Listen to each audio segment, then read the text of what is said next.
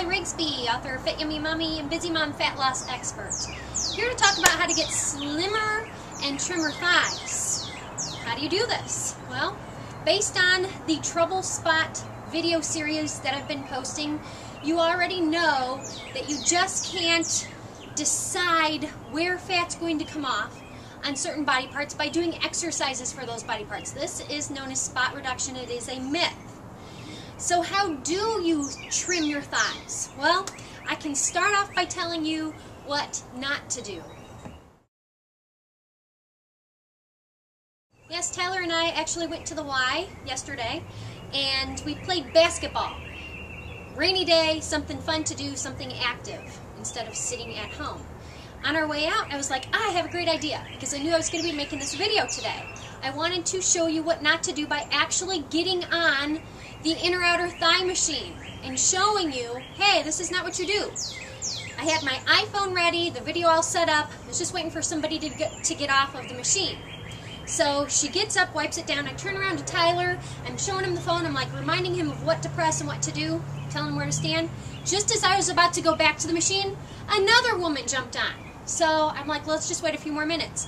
This happened, no kidding, at least 3 times. So I decided that next to the treadmill in the gym, especially on an evening around 5 o'clock, the treadmill, the next busiest machine in a gym for women happens to be the inner outer thigh machine. Why? Why are we doing this? We think moving our thighs in and out is going to make this smaller. You already know that's not what works. And this is funny too, I'll tell you about this. I remember it back in the day, I was probably in high school, college. Yeah, I'm dating myself, but Suzanne Summers' Thigh Master. Hey, it was the joke. Sit around, eat a Snickers bar, work your thighs, you're going to thin out those thighs. That's just not how it works. And if you think about that exercise, it makes no sense. Because first of all, you do know the most effective way to target your trouble spots is to focus on compound exercises that work multiple muscles, large muscle groups, because that's what's going to give you the greatest calorie burn and help you lose fat faster and give you a nice shapely body. But if you think about those inner outer thigh machines, you're isolating a very small, thin muscle. I'm going to have you try something, so stick with me at the end of this video. We're going to go through an exercise. I'm going to have you compare and contrast and see, actually feel what a difference this will make for you. Also, there's no functional purpose. If you think about it, as you're sitting there, I can't even mimic it, you're sitting there doing this. When in life do you have to do this, where it's important for you to strengthen that area anyway? We talk about squats and lunges and deadlifts. That's what we're doing day in and day out with our children, with basic daily movements, taking out the trash, cleaning the house, picking up the dog, climbing up a tree to get the cat out of the tree. Those are the movements. Those are the muscles and the movements that make sense in our daily lives, and those are the movements that we need to focus on in order to target the trouble spots as well as get total body results. So, target and trim, slim your thighs. What exactly does that mean? Well, we want to, obviously, we want to lose inches on our thighs. In the process of losing inches, yes, if you tend to have cellulite in those areas, that will be reduced as well. We also want to, we always talk about slimming up that inner thigh area. That's what I'm going to have you try in a minute. We also want our thighs to look nice. We like that nice line, that definition. So you think about what makes up your thighs, what muscles. When we talk about the inner outer thigh machine, your adductors are the thin muscles that run in the middle of your thighs that are designed to pull your legs into the middle of your body. Where your abductors are the small muscles that run along the sides of your thighs that help pull your legs away from your body.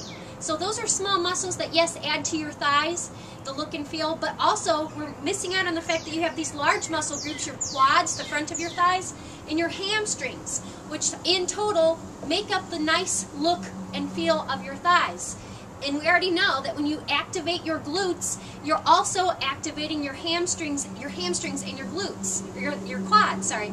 And that's through movements like squats, lunges, deadlifts, swings. Those are all wonderful movements to help get those thighs involved and help you shed more body fat because you're elevating your metabolic rate as well as strengthening these areas, which helps you lose inches and leaves that nice defined lean look when it comes to trimming your thighs. So, the best moves to slim and trim your thighs are compound exercises. Like I just said, a lot of the moves that you do when you're targeting and activating your glutes involve your thighs. But I didn't talk about also that the lunge is one of the most popular exercises as well. Yes, your glutes are involved, but your thighs are also involved as well. And actually, any type of single leg exercise is really going to emphasize and put a lot more activation on your thighs. From the inner thighs for stabilization to your outer thighs, the top of your thighs, the back of your thighs, for when you're doing multiple movements like lunges or deadlifts. So I want you to try this. Because the lunge is one of the most popular exercises to target your thighs, let's make sure you're doing the lunge properly. A great starting point for the lunge to make sure you have good form is starting with what is called a split squat. So that way you can kind of gauge what's happening with your form and determine what you need to tweak before you add movement, which would be a lunge where you're stepping forward or backward. So a split squat is simply you're stepping forward into that lunge position. You want to adjust your posture. You don't want to be leaning forward. Adjust your posture. Weight is in your back toe, but up front, you've got it all balanced in that heel. Nice straight posture, core is tight. Both knees are slightly bent because you're going to get ready to dip down. With a split squat, what I want you to notice is that you are just dipping straight down and coming straight up. This is very important for you to realize because when you add movement to it, if you've been doing this, that lends to poor form. It's going to hurt your knee.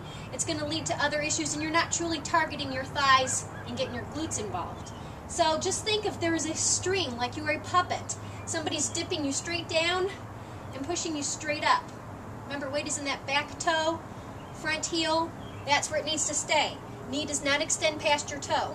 Come down as far as what feels comfortable for you, because for some of you, you might have achy knees. You don't have to dip all the way down here if you can't do that at this point. Ideally, yes, you want to come down so you have a 90 degree bend of both knees, and then you're going to start to feel it in your thighs. Then from here, we're going to add movement going into the lunge. So remember, you want to keep a nice straight posture. Step forward into the lunge. Weight stays in your heel. You dip down. My posture's not leaning forward. Now I'm going to push out of my heel, squeezing my glutes and thighs to come back to start. And I can alternate on the other side. So dipping down. Because what I see happen with lunges, I can't even do it wrong. I'm losing balance. How do you guys do that? You're not in your tiptoe and you're not leaning forward. Guess what? Nothing's working back here if you're doing it like this. Once again, putting too much pressure on your knee. So if you're not sure about your form, start off with that split squat, dipping straight down, coming straight up. Then you can add movement. Another variation of the lunge is the reverse lunge. Some of you might find that it's more comfortable on your knees. So you're just taking a step back and dipping down. But once again, remembering, nice straight posture. At the bottom of this move, weight is in my front heel. I'm going to push out of that heel, squeezing my glutes and thighs, coming back to start. Try that and see what a difference you feel. Now I do want to touch upon your inner thighs because that is this area that so many women are concerned about. But as we know, spot reduction does not work. But I want you to try something just to be able to feel the difference. Remember, these are what are called our adductors. Long, thin muscles that work best for stabilization when you're on one leg, when balance comes into play. Something that I see a lot of women do to help target that area outside of the inner outer thigh machine in the gym is an inner thigh leg lift. So I want you to try this with me. You're going to lay down on the mat. We're going to do a few of those inner thigh lifts, and then I'm going to show you a compound exercise that's going to make you feel it. I'll let you put a number on it. X amount of times more, and then I want you to see and compare what a difference this feels like, which in turn is going to make a difference to your results. So, inner thigh lift.